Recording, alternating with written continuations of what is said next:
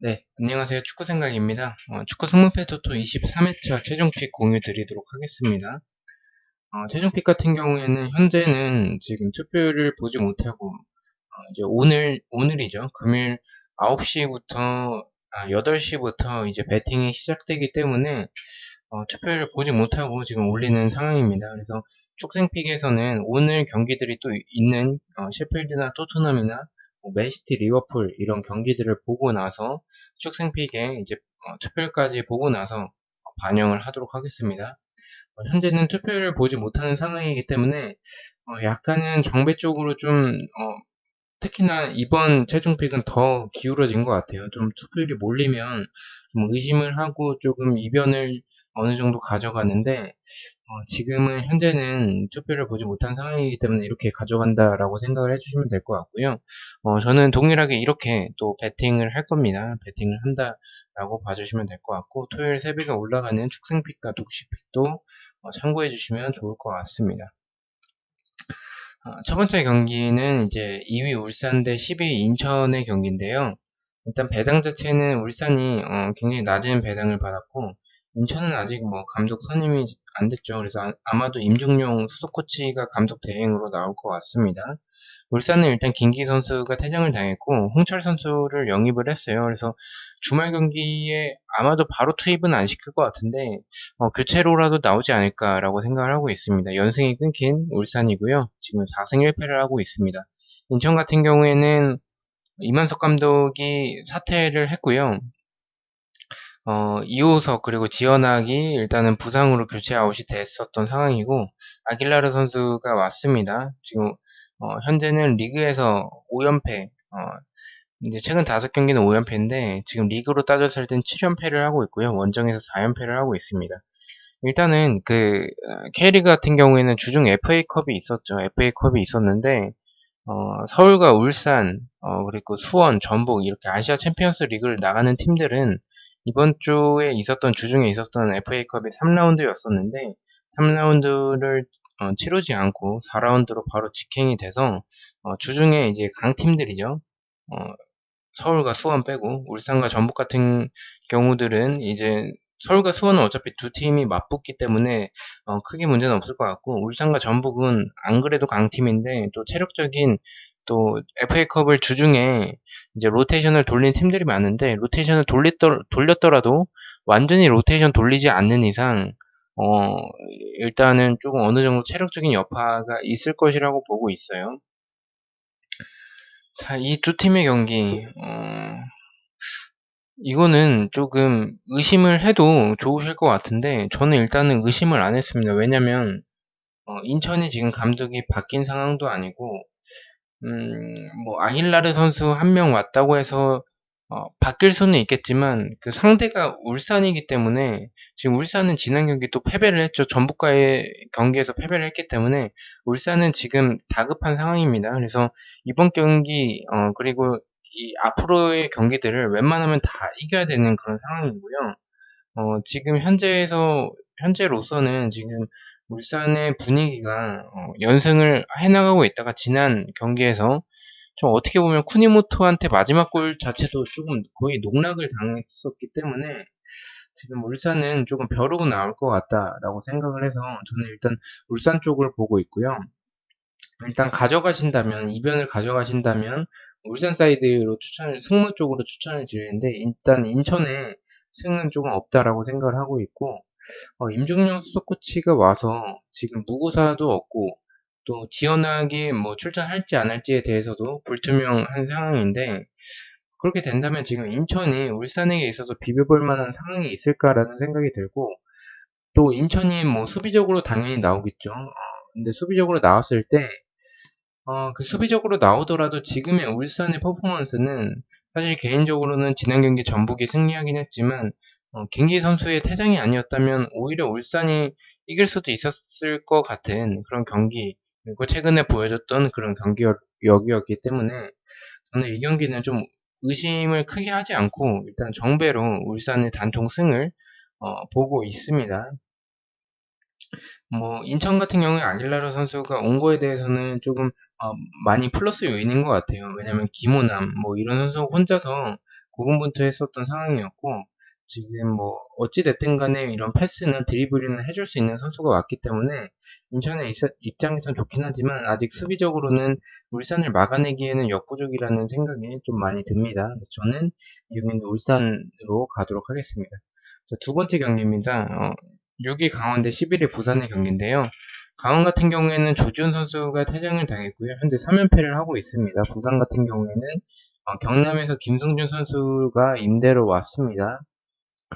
현재 1승 3무 1패로 최근에 무승부가 좀 많은 모습이고요.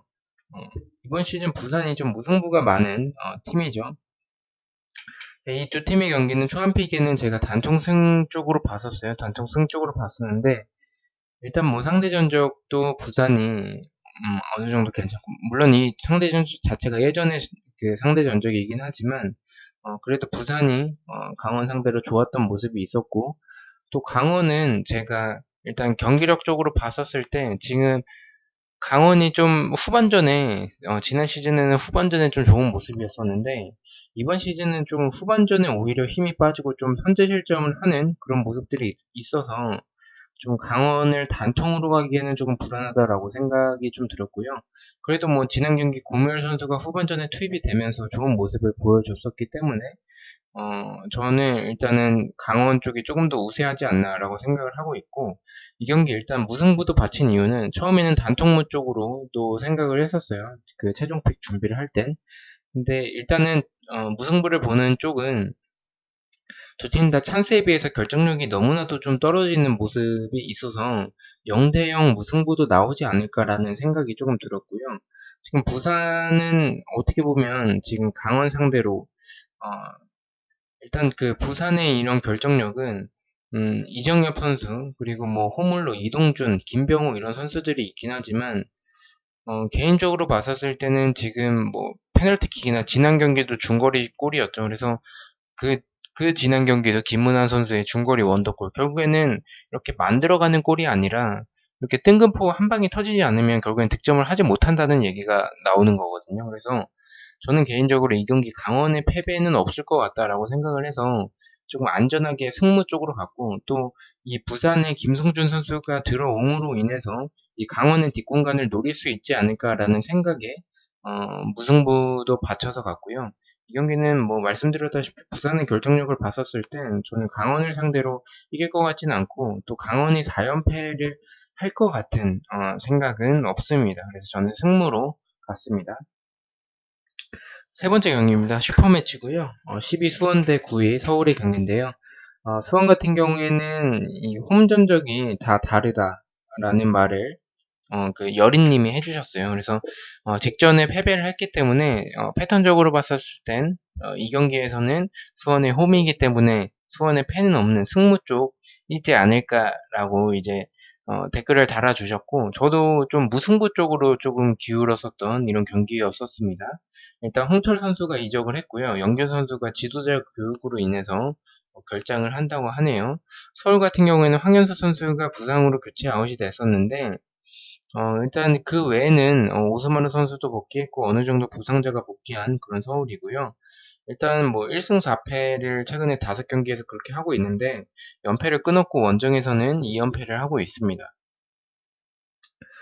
저는 개인적으로 이런 그 수원이 홈에서 전적이 다 다르다는 모습 직전에 패배를 했기 때문에 이런 승무 쪽으로 가지 않을까라고 생각을 했고 초안픽에는 승무패 쪽으로 봤었는데 지우는 쪽으로 봤었던 얘기죠. 근데 조금 생각을 해보니까 일단 상대 전적에서 수원이 이런 지금 최근에 분위기가 좋지 않은 서울이더라도 수원이 이기기에는 이런 상대 전적도 있고 좀 전력 차이가 좀 나지 않나라고 생각을 하고 있고요. 두 팀을 봤었을 땐.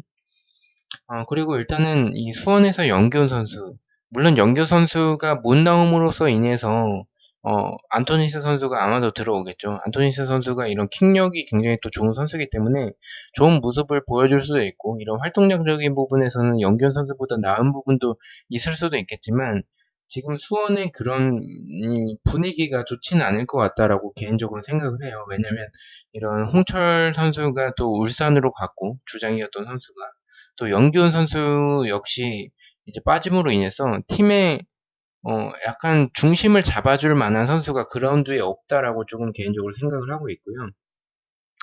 또 물론 서울이 지난 인천전에서 이런 페널티킥도 놓치고 어떻게 보면 질 뻔한 경기이기도 했는데 서울이 선제골을 넣고 나서 지난 시즌도 그랬고 한 골을 먼저 넣고 잠가버리면 그 잠갔을 때 수원이 제가 봤을 때는 득점을 하지 못할 것이라고 생각을 하거든요.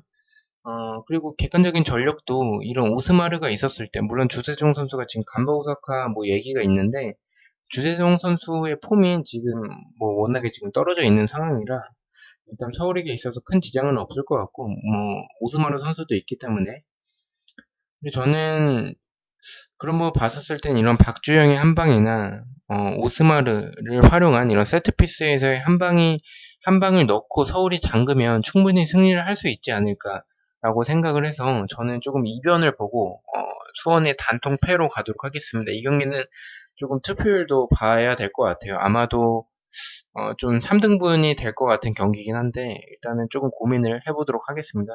일단 개인적으로 추천을 드리는 건 무승부 쪽을 추천을 드리는데 저는 일단 서울 사이드를 보고 있고 일단은 저는 서울이 승리하지 않을까라는 생각이 조금 더 강하게 제 개인적으로 들어서 저는 수원의 단통 패로 가도록 하겠습니다. 네 번째 경기입니다. 22 노리치 대 15위 브라이튼의 경기인데요. 노리치 4연패를 하고 있습니다. 브라이튼 같은 경우에는 1승 1무 1패를 하고 있고 알제이트 선수가 부상이고 웹스터 선수는 복귀를 할 것 같습니다. 이 경기도 조금은 쉽지 않은 것 같아요. 일단 노리치 같은 경우에는 조금 이번에 또 아스날한테 대패를 했어요. 오늘 있었던 경기에서도 대패를 했었고 일단 이번 경기에서는 조금 베스트 전력으로 나왔었는데도 아스날에게 좀 안 되더라고요. 그래서 좀 굉장히 좋지 않은 분위기고 수비적으로도 너무나도 불안하고 세트피스나 이런 크로스 뭐 이런 중앙이나 측면 공간 이런 내주는 등 너무나도 좀 불안한 모습을 보여주고 있는 그런 노리치의 모습이고요. 브라이튼 같은 경우에는 일단은 뭐 무페, 뭐 코널리, 뭐 이런 선수, 에런 무이 뭐 이런 선수가 있고 브라이튼이 뭐 이런 세트피스적인 부분에서 좀 좋은 모습이 있기 때문에 또 크로스 공격도 괜찮죠. 그래서 이런 부분 봤었을 때는 브라이튼이 조금 더 유리하지 않을까라고 생각을 하고 있는데 이 경기는 개인적으로 브라이튼이 아마도 조금 경기를 주도해 나갈 것 같은데 브라이튼이 그렇게 경기를 주도해 나간다면 오히려 역습에 의해서 조금 불안한 장면들이 많거든요. 역습을 당할 때. 그래서 노리치가 이런 역습을 켄트웰과 부엔디아 그리고 푸키 선수를 활용해서 노릴 수 있지 않을까라는 생각이 초안픽과 동일하게 들고 있고 저는 그래서 개인적으로 노리치가 승리를 할 수도 있을 것 같다라는 생각이 들어서 처음에는 이 경기 노리치의 무패 투픽으로 가려고 생각을 했는데 이 투픽으로 가면 뭔가 노리치가 이변으로 승리를 할 수도 있지 않을까라는 생각이 좀 들었고 브라이튼이 이런 노리치 상대로 배당이 좀 높게 책정이 됐죠. 그리고 브라이튼 역시 조금 불안한 모습들이 좀 지속적으로 보여주고 있고 또 브라이튼의 입장에서는 패배만 하지 않는다면 승리하면 좋겠지만 승리를 못하더라도 무승부에는 조금 만족할 것 같은 그런 느낌이 들어서 저는 개인적으로 이 경기 조금 무승부 쪽에 가깝지 않을까라는 생각에 저는 단통 무승부로 가도록 하겠습니다. 다섯 번째 경기입니다. 3위 레스터 대 12위 크리스탈 팰리스의 경기인데요. 레스터는 페레이라 선수가 부상이고 현재 2연패를 하고 있습니다. 크리스탈 팰리스 역시 2연패를 하고 있고 벤테케 선수는 복귀를 할 것 같네요. 이 경기는 처음에는 단통 승을 봤는데 이 레스터 시티가 배당이 굉장히 높게 책정이 됐고 또 이 상대 전적이 크리스탈 팰리스가 레스터 시티 상대로 우세해요. 저는 개인적으로 레스터가 지금 최근에 재개 후에 분위기가 굉장히 또 좋지 않은 모습을 보여주고 있어요. 보여주고 있고 이런 크리스탈 팰리스가 레스터의 이런 뒷공간과 측면 공간을 노릴 수 있지 않을까 라는 생각이 들어서 조금 이변의 가능성도 조금 있다. 최근에 레스터의 모습을 봤었을 땐 그런 모습이 있지 않을까라고 생각을 하는데 일단 또 에버튼에게 또 패배를 했었던 그런 레스터이기 때문에 이 경기는 처음에는 조금 일단 레스터의 단통승을 봤었던 부분이 주중에 있는 그 경기에서 저는 이기고 약간 분위기 전환을 하지 않을까라고 생각을 했는데 그 경기 패배하면서 분위기가 더 안 좋아져서 일단은 이변으로 가져가 봤고요. 일단 뭐 승패로 가는 것도 좋아 보이긴 하는데 저는 개인적으로 크리스탈 팰리스가 이런 역습에서 좋긴 하지만 레스터가 이렇게 공격적으로 조금 더 나오겠죠. 아무래도 크리스탈 팰리스가 좀 수비적으로 나올 거기 때문에 이렇게 은디디 한 명을 원볼란테로 두고 이런 틸레망스, 뭐 메디슨, 그리고 뭐 하비반스, 올브라이튼, 그리고 바디 멤버 자체는 굉장히 또 좋은데 일단 체력적으로 조금 지쳐 있을 것 같은 그런 부분이 들어서 그 부분도 포함을 해서 이변으로 가져갔고요.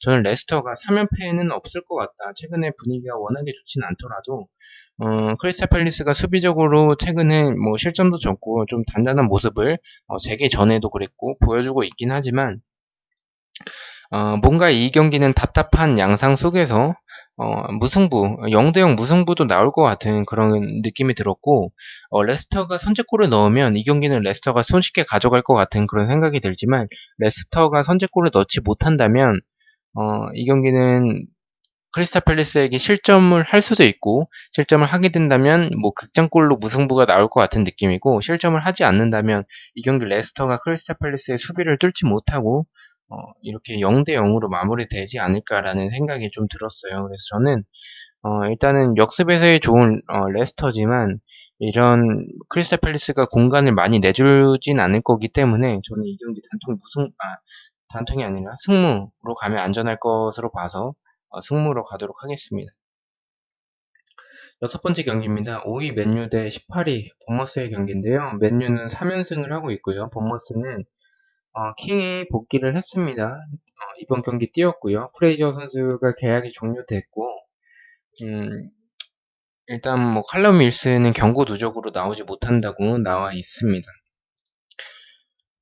이 경기는 일단 배당이 이건 맨유죠. 배당이 맨유고 상대 전적도 맨유고 경기력도 맨유예요. 지금의 맨유는 너무 잘하는 것 같습니다. 지금의 맨유를 맞기에는 지금 그린우드 자체도 너무나도 잘하고 있고 본머스가 이번 시즌에 이렇게 맞대결 했었을 때를 생각해 본다면 본머스가 맨유를 이겼었는데 그때 당시에는 맨유가 지금처럼 좋은 분위기가 아니었기도 하고 또 그때 당시에는 킹과 프레이저가 있었는데 지금은 킹 혼자죠. 칼럼 윌슨도 없고 그래서 저는 개인적으로 이 본머스가 날카로운 카운터를 보여주기에는 보여줄 만한 선수가 킹밖에 없다라고 생각을 해요. 그래서 이런 본머스가 수비적으로도 불안한 부분들이 있고 또 수비적으로 나올 텐데 이 경기 뭐 이변으로 저는 개인적으로 생각을 하지 않고 있어요. 이 경기는 조금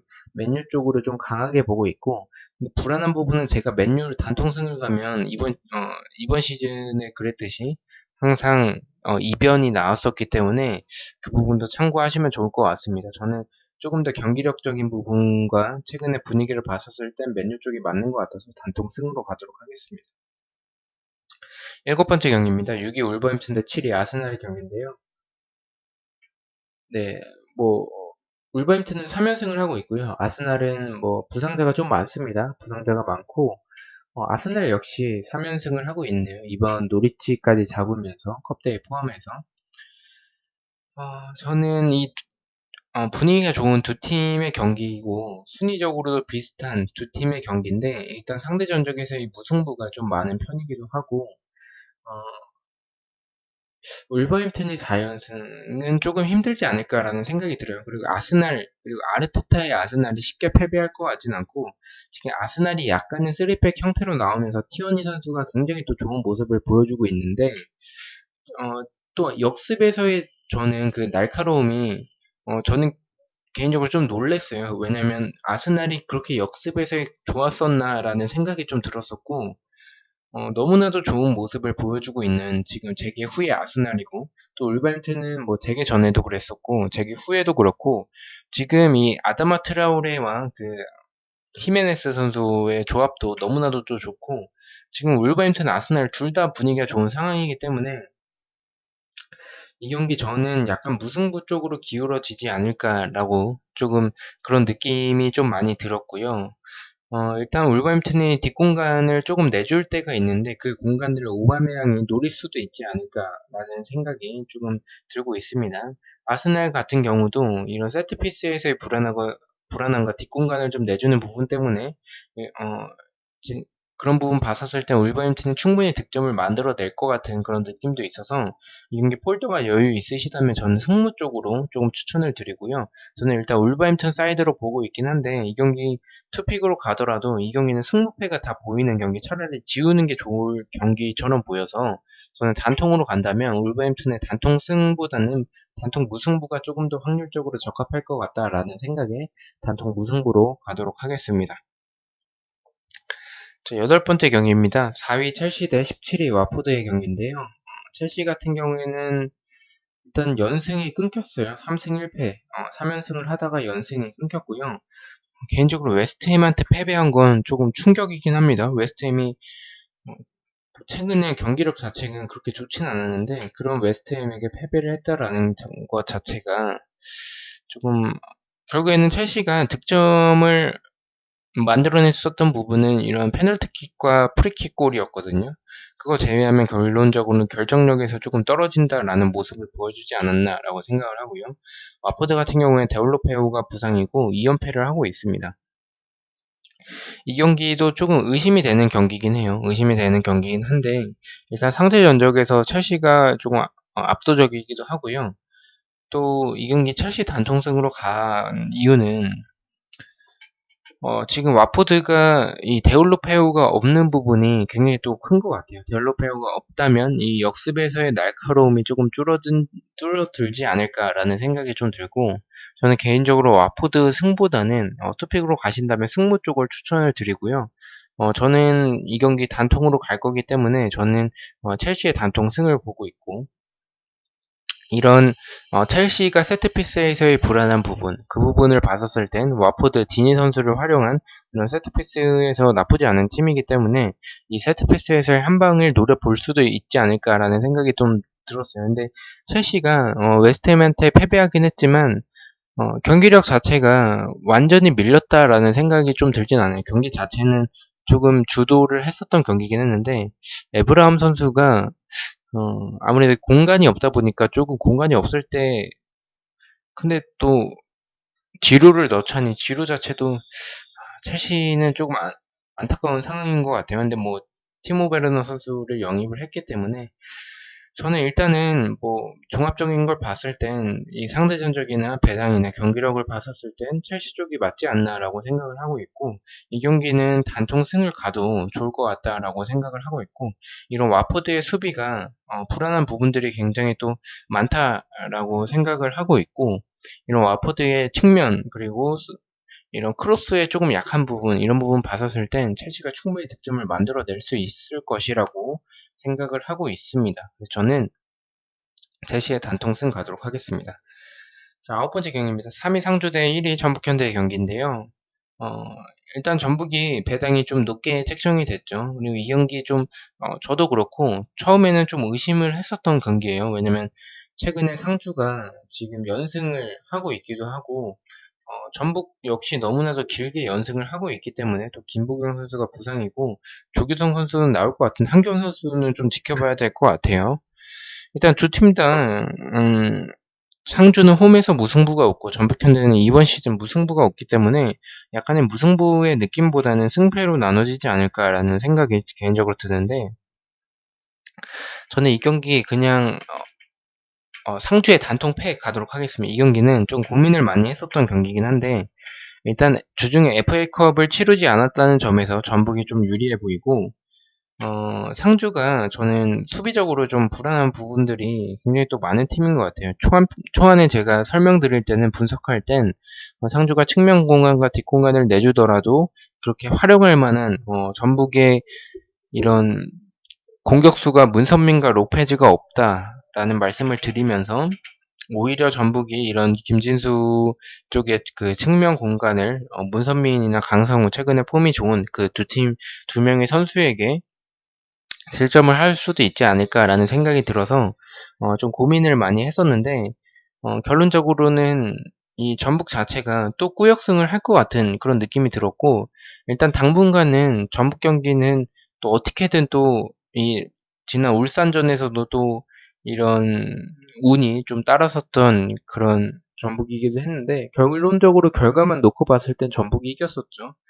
그래서 사실 스쿼드 면으로도 이런 상주보다 전북이 좋은 편이기도 하고 또 경기력적으로도 전북이 답답한 모습을 보여주고는 있지만 그래도 어떻게든 또 승리를 할 것 같은 그런 생각이 들어서 저는 상주의 단통 패로 가도록 하겠습니다.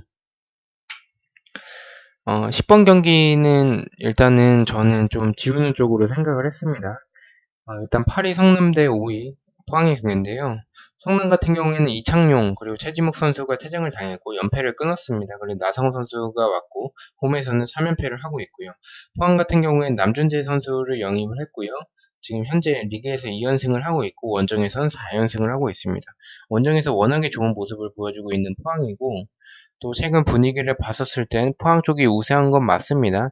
네, 저는 초안에 이 포항에 조금 수비적으로 불안한 부분들이 있고 성남을 봤었을 땐 나성호 선수가 들어온다면 이런 이스칸데로프와 양동현 선수가 같이 살아날 수 있지 않을까 또 이런 포항의 불안한 수비를 상대로 역습을 노릴 수 있지 않을까라는 생각에 저는 그 단통승을 갔었는데 일단 상대 전적이 포항이 너무나도 우세하고요.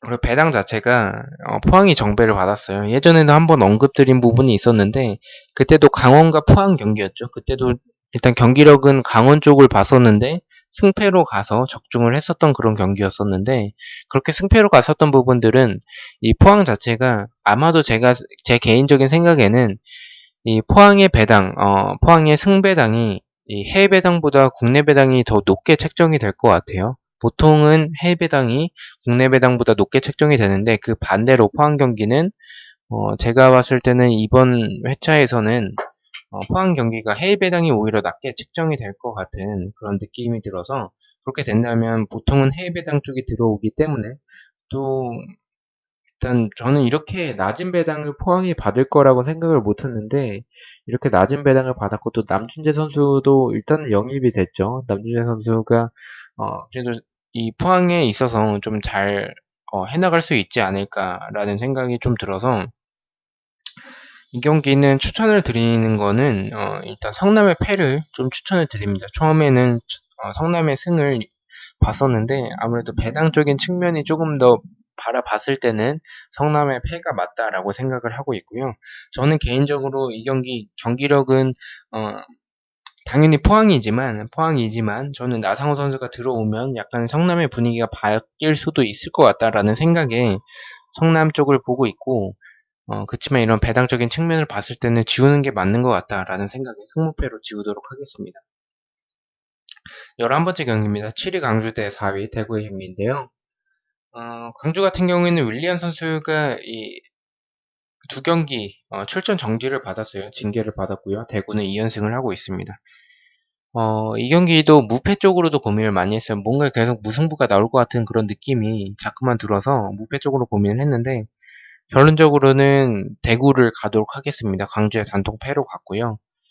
일단 배당적인 부분은 대구 쪽이 정배를 받았는데 광주가 윌리안이 없는 것은 제 개인적인 생각에선 좀 큰 것 같아요. 물론 엄원상 선수가 있긴 하지만 어, 뭐 윌리안 선수를 대체할 만한 김정환 선수도 있지만 이 윌리안이 저는 개인적으로 굉장히 또 좋은 모습을 보여주고 있다라고 생각을 하고 광주가 수비적으로 봤었을 때는 이런 측면 공간 그리고 크로스 공격의 약한 부분을 봤었을 땐 최근에 정승원 선수의 이런 크로스가 워낙에 또 좋은 편이고 또 이런 측면 공간 자체를 정승원, 김대원, 세징야 이런 선수들이 충분히 노릴 수 있을 것이라고 봐요. 그래서 객관적인 전력에서는 대구를 가는 게 이런 역습과 세트피스가 좋은 대구를 가는 게 맞다라고 생각을 해서 저는 이 경기 이변으로 보지 않고 광주의 단독 패 가도록 하겠습니다. 12번째 경기입니다. 9위 벌리 대 10위 셰필드의 경기인데요. 벌리 같은 경우에는 현재 지금 반스가 부상이라고 하고 2연승을 하고 있습니다. 셰필드는 3연패를 하고 있고요. 자, 일단은 제가 봤을 때는 토트넘과 오늘 경기가 있어요. 몇 시간 뒤에 경기가 있는데 그 경기에서 제가 봤을 때는 토트넘에게 셰필드가 패배를 할 것 같아요. 그렇게 된다면 총 4연패를 하게 되는 건데 벌리 상대로 5연패를 할까라는 생각을 해본다면 저는 개인적으로 아니라고 생각을 하고 있습니다. 일단은 저는 이 벌리의 승은 없다라고 조금 보고 있고 벌리가 이런 수비적으로 좀 불안한 부분이 많다라고 조금 생각을 하고 있고, 최근에 이런 우드와 반세가 부상이면서 로드리게스 선수가 나오면서 이런 약간의 세트피스와 이런 크로스 뚝배기를 노리는 그런 벌리에서 약간은 좀 역습에서도 좋은 모습을 보여주고 있는 그런 최근의 벌리인데, 저는 일단은 이 수비 자체가 역습을 당할 때 위험한 모습이 너무나도 많습니다. 근데 셰필드가 물론 경기를 주도하겠지만, 이런 벌리가 세트피스에서 좋은 팀이지만 세트피스에서의 불안한 부분도 있고 또 이런 역습을 당할 때 좀 위험한 부분들이 많은데 셰필드는 공격 가담을 전체적으로 많이 하는 팀이죠. 그래서 저는 이 경기는 최소한 셰필드가 선제 실점을 하더라도 최소한 무승부까지는 만들어낼 수 있을 것이라고 판단을 하고 있고 저는 이 경기는 조금 강하게 좀 셰필드 사이드를 보고 있기 때문에 저는 벌리의 무패 투픽으로 가도록 하겠습니다.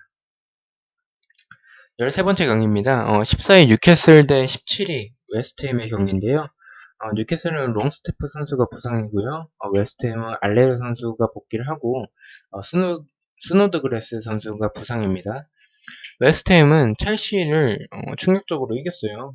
그래서 원래는 2연패를 하고 있었던 팀이었는데 약간 그 첼시를 잡으면서 16위 웨스트햄이죠. 첼시를 잡으면서 뭔가 이런 만약에 첼시한테 저는 질 거로 봤기 때문에 진다면 웨스트햄이 3연패이기 때문에 이 경기 조금 이변을 보고 승패 쪽으로 가도 좋지 않을까라는 생각을 했었는데 일단 웨스트햄이 첼시를 잡았기 때문에 그런 부분에 있어서는 웨스트햄 승은 보지 않는 게 좋지 않을까 또 뉴캐슬의 홈이기 때문에 그런 거 봤었을 땐 뉴캐슬 쪽으로 보는 게 좋지 않을까라고 생각을 했고요.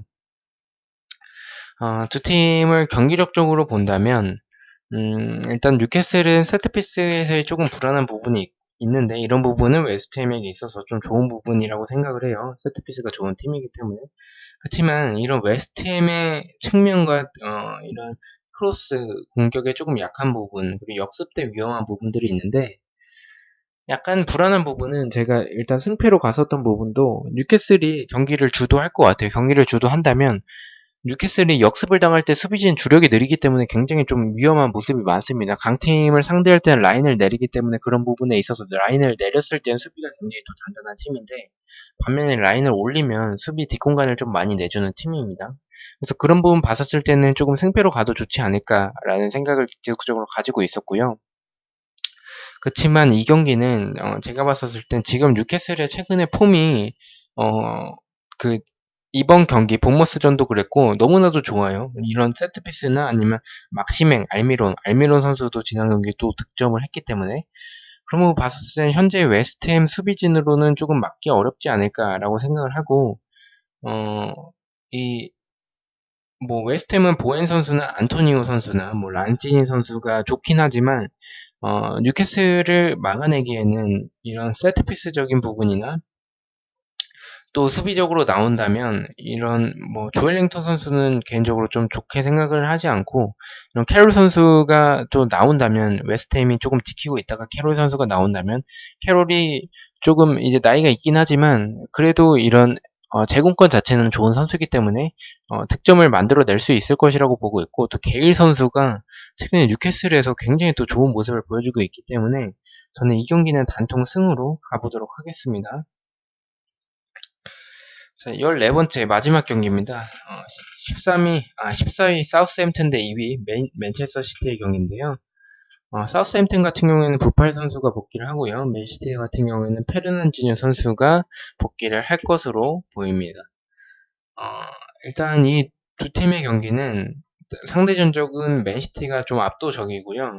배당 자체도 맨시티가 조금 낮게 책정이 됐습니다. 일단 오늘 있을 리버풀과의 경기에서 아마도 조금 주전 멤버들로 나오지 않을까라고 생각을 하고, 이 경기 좀 로테로 돌린다는 얘기들도 좀 많습니다. 그런 얘기들도 많긴 한데, 저는 로테이션을 돌리더라도 사우스햄튼 상대로 이길 수 있을 것이라는 조금 생각이 좀 들어서 이 경기는 단통 패 쪽으로 조금 보고 있고요.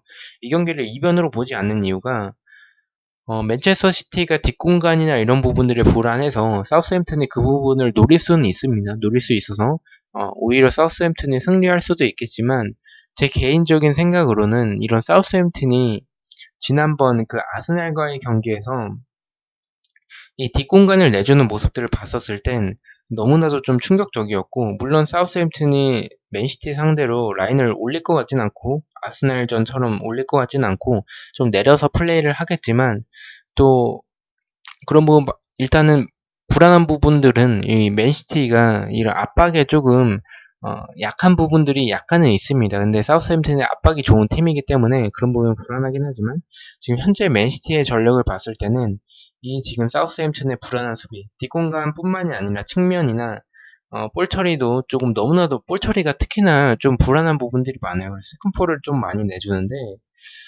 저는 개인적으로 이 경기는 맨시티가 좀 이변처럼 느껴지는 부분들도 있는데, 그렇게 된다면 저는 오히려 이 경기 그냥 정배로 들어오지 않을까라는 생각이 조금 강하게 들어서, 저는 이 경기는 사우스햄튼의 단통패 가도록 하겠습니다.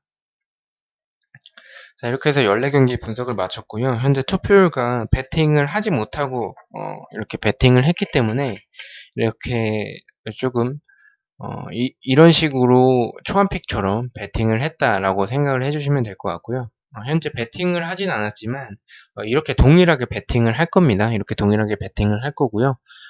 축생픽 그리고 독식픽에서는 이제 발매가 되기 때문에, 발매가 됐었을 때는 원래 하던 대로 영상 마지막 부분에 배팅 내역을 첨부하도록 하겠습니다. 자, 이렇게 14경기를 가져가 봤고요. 일단 투픽은 강원 경기 승무로 갔었고, 그리고 레스터 승무로 갔고요. 10번 경기는 지웠습니다. 저는 이 경기는 경기력은 포항이지만, 경기력에는 이런 배당적인 부분은 포항이지만, 저는 개인적으로 나상호 선수가 들어오면 성남이 이길 수도 있을 것 같다라는 생각이 좀 들어서 이렇게 가져가 봤고요. 12번 경기 같은 경우에는 무패로 가면 셰필드의 패배는 없을 것 같다라는 생각이 이렇게 무패로 가져가 봤습니다. 자, 이렇게 해서 14경기 분석을 모두 마쳤고요. 토요일 새벽에 축생픽 그리고 독식픽으로 찾아뵙도록 하겠습니다. 시청해주셔서 너무나도 감사드리고 구독과 좋아요 너무나도 감사합니다. 감사합니다.